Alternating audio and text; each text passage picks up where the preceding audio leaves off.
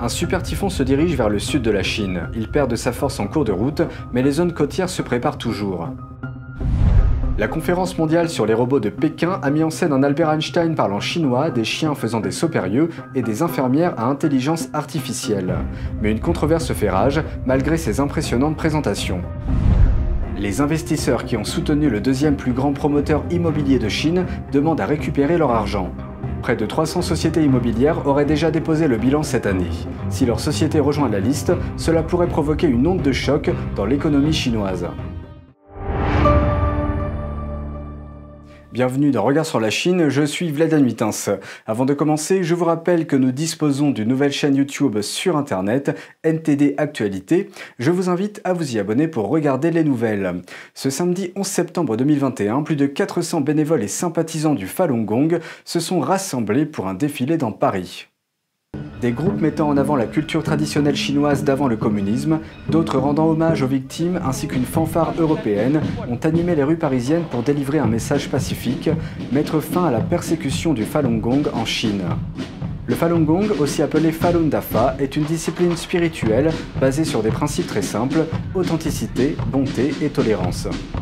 La popularité du Falun Gong et le fait que les pratiquants dépassent en nombre les adhérents au Parti communiste chinois a fortement déplu au leader du PCC de l'époque, Jiang Zemin. Dès lors, le Falun Gong, pourtant très apprécié par le peuple chinois avant la persécution, est devenu l'ennemi numéro 1 à abattre aux yeux du PCC.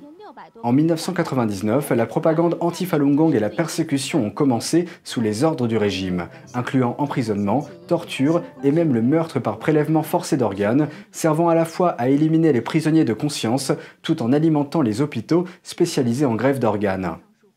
Antoine Juan-Cheng, le secrétaire chargé des relations parlementaires du Bureau de représentation de Taïwan en France, a exprimé son soutien aux pratiquants de Falun Gong au nom du gouvernement taïwanais, invoquant la liberté de religion et de conscience chère à Taïwan, une démocratie qui s'oppose au régime du Parti communiste chinois. Derrière vous, ce sont des pratiquants de Falun Gong, donc ils sont là pour manifester, pour défiler contre le régime chinois, contre la persécution en Chine.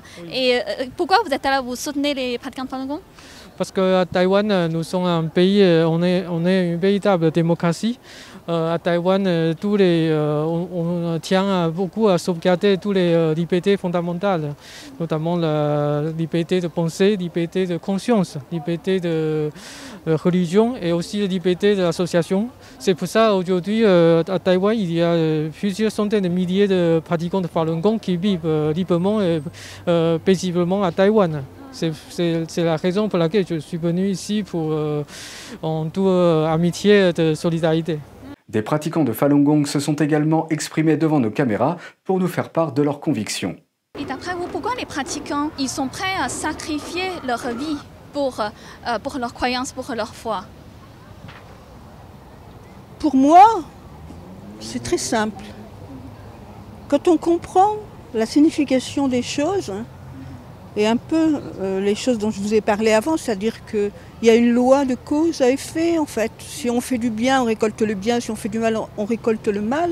Et puis qu'on comprend les choses plus profondément, il est évident qu'après on va pas arrêter une pratique qui nous permet de nous libérer de ça. On contre le Parti communiste chinois, on contre le gouvernement chinois actuel.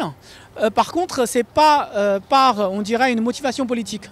C'est plutôt une motivation valeur, c'est plutôt une motivation juridique. Parce que nous, en tant que pratiquants, on est victimes de leur persécution. Du coup, en tant que victime, c'est très logique qu'on se présente, on dise ce qui s'est passé, on dise qu'est-ce qu'on a subi, on clarifie surtout les vérités vis-à-vis les mensonges que le gouvernement chinois a donnés sur le sujet de Falun Dafa. La communauté internationale a réagi, plusieurs hauts fonctionnaires se sont prononcés, mais la persécution du Falun Gong continue encore aujourd'hui. Un typhon se dirige vers la Chine avec des vents de plus de 160 km/h en son centre. Les autorités des régions côtières du pays prennent des mesures préventives. Elles ont déjà émis le plus haut niveau de réponse d'urgence dans certaines zones. Ce super typhon en provenance des Philippines risque de frapper fort. Les villes de la côte est du pays se préparent à l'arrivée du typhon Chansu lundi. Le typhon Chansu a été rétrogradé de la catégorie 5 à la catégorie 3, mais les vents près de son centre continuent de rugir à une vitesse de 168 km/h. Les habitants de Shanghai, du Zhejiang et d'autres zones côtières ont été avertis qu'ils devaient s'attendre à des vents violents et à des pluies intenses à l'approche de la tempête. L'Observatoire météorologique du Zhejiang a prévu de fortes précipitations pour la province dans les jours à venir. Les autorités locales ont émis le niveau d'urgence le plus élevé possible. Les écoles, les vols, les métros, les trains et autres services de transport ont été fermés dans de nombreuses villes de la région. Toujours dans le Zhejiang, les autorités ont demandé aux bateaux de pêche locaux de rentrer au port et de se mettre à l'abri. Des vidéos en ligne montrent que les inondations et les glissements de terrain ont déjà commencé. Sur son chemin vers la Chine, le typhon Chansu a traversé Taïwan dimanche. Il a arrosé l'île de fortes pluies et l'a balayé de vents violents. L'agence de presse centrale de Taïwan a indiqué que plus de 2000 personnes avaient été déplacées des zones à risque.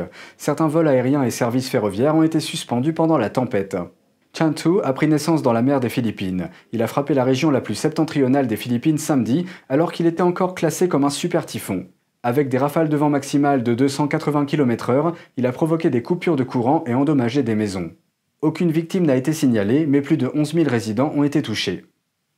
Un habitant a dit que c'était l'un des typhons les plus forts qu'il ait connus. Chansu devrait se diriger vers le Japon et la Corée du Sud après avoir traversé la Chine. Un sosie d'Albert Einstein, des chiens qui font des sauts périlleux arrière et des infirmières à intelligence artificielle faisaient partie des points forts de la conférence mondiale sur les robots de Pékin. Mais derrière ces spectacles se cachent de nombreuses controverses. La conférence mondiale sur les robots s'est ouverte à Pékin vendredi avec des chiens exécutant des sauts périlleux, un pianiste à intelligence artificielle et ce qui pourrait être le robot le plus intelligent à ce jour, un Albert Einstein parlant chinois.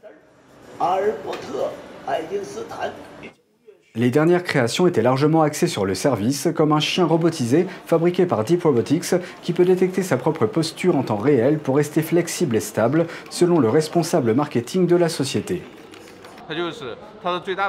Its biggest advantage is that it can replace humans to replace some tasks in complex and dangerous scenarios. For example, it can adapt to terrain such as stairs, slopes, gravel roads and grass. Il y a aussi ce que l'on appelle un robot infirmière, un fauteuil roulant mécanisé qui peut emmener quelqu'un à la baignoire ou aux toilettes, puis le ramener au lit tout seul. Son fondateur voit la Chine avec sa grande population de personnes âgées comme le plus grand marché pour ce type d'IA. Most young people today are unwilling to engage in this job. Therefore, there is a huge gap in the workers who can take care of disabled elderly people. And this gap has brought great problems to the country and society. La conférence mondiale sur les robots se déroule jusqu'à lundi. Les acteurs chinois de l'intelligence artificielle ont connu des difficultés ces dernières années en raison des sanctions américaines et d'autres controverses. SenseTime Group, la start-up d'intelligence artificielle la plus importante de Chine, a été mise sur liste noire par les États-Unis en 2019. Il s'agit d'une liste noire d'exportation qui interdit à l'entreprise l'accès à certaines technologies américaines. Deux autres entreprises, Megvii et Yitu, ont également été placées sur la même liste noire parmi 28 autres entreprises technologiques chinoises. Ces entreprises sont accusées de soutenir la surveillance par l'État des musulmans ouïghours dans la province du Xinjiang, au nord-ouest de la Chine. Les États-Unis ont également ajouté CloudWalk à la liste noire l'année dernière.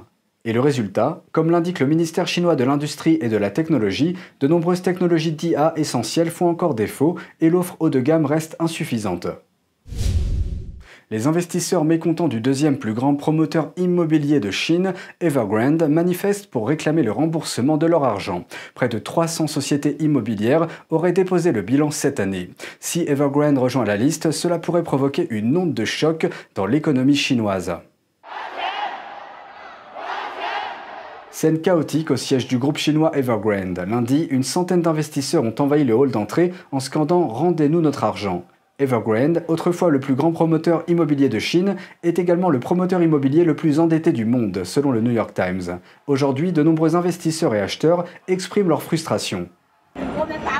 We sold everything we had, both of those apartments, so that we could buy a property with Evergrande because of you. I expected tens of millions of yuan, but I haven't even received an invoice. This has been going on since May. Tu Liang, le directeur général de la division de gestion de patrimoine d'Evergrande, serait resté dans le hall toute la nuit, les manifestants se relayant pour exposer leurs doléances. L'entreprise est endettée de plus de 250 milliards d'euros, un montant qui est supérieur au PIB de la Finlande en 2020. Cette dette est en partie le résultat du modèle économique très risqué d'Evergrande. Elle empruntait des crédits pour acheter des terrains, puis développait et vendait des logements avec des marges plus faibles pour un chiffre d'affaires rapide. Evergrande est sous assistance respiratoire depuis des mois, mais cette fois Pékin n'intervient pas. Les régulateurs chinois veulent corriger la mauvaise habitude du secteur immobilier de trop emprunter. Et comme la répression chinoise s'est concentrée sur le marché de l'immobilier, près de 300 sociétés immobilières ont déclaré faillite cette année. C'est ce que révèle le média d'information chinois The Time Weekly. Evergrande doit aux investisseurs étrangers plus de 7 milliards de dollars en obligations pour l'année prochaine. George Soros prévient qu'un défaut de paiement d'Evergrande pourrait provoquer un effondrement de l'économie chinoise.